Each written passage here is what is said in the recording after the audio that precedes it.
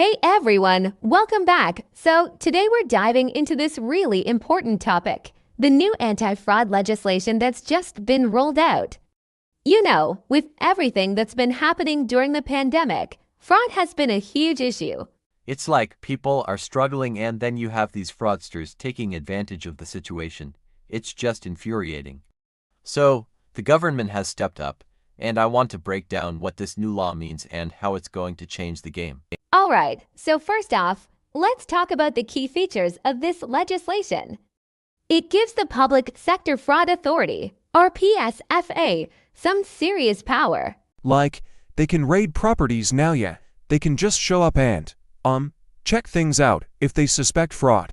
Also, they have the ability to recover funds from bank accounts. That's a big deal because it means that if you're caught, they can take back what you wrongfully obtained.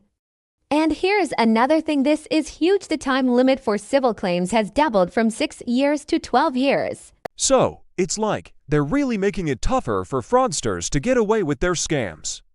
And then, we have the government's stance on all of this. Georgia Gould, the Cabinet Office Minister, made it very clear that they're taking this seriously. She emphasized accountability for fraudsters, which I think is really important. It's time to hold people responsible, you know? Now, let's not forget the role of the COVID Corruption Commissioner. Their job is to review how PPE spending was handled during the pandemic. It's kind of alarming when you think about how much money was spent and how some of it might have been wasted or mismanaged.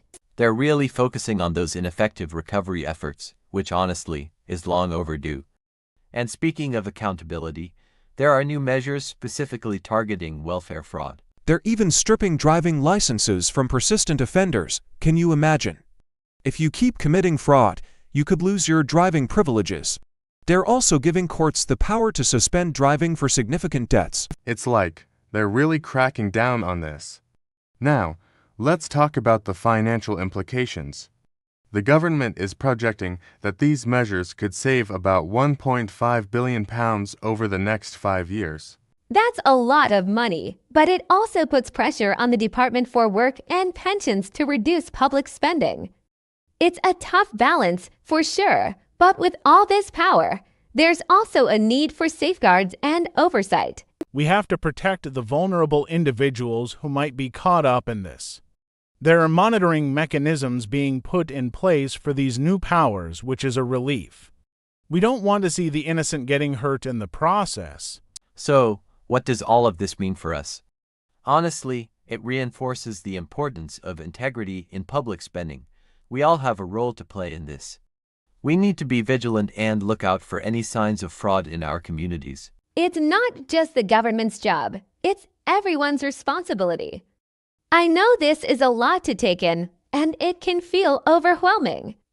But, let's try to focus on the positive here. This legislation is a step in the right direction.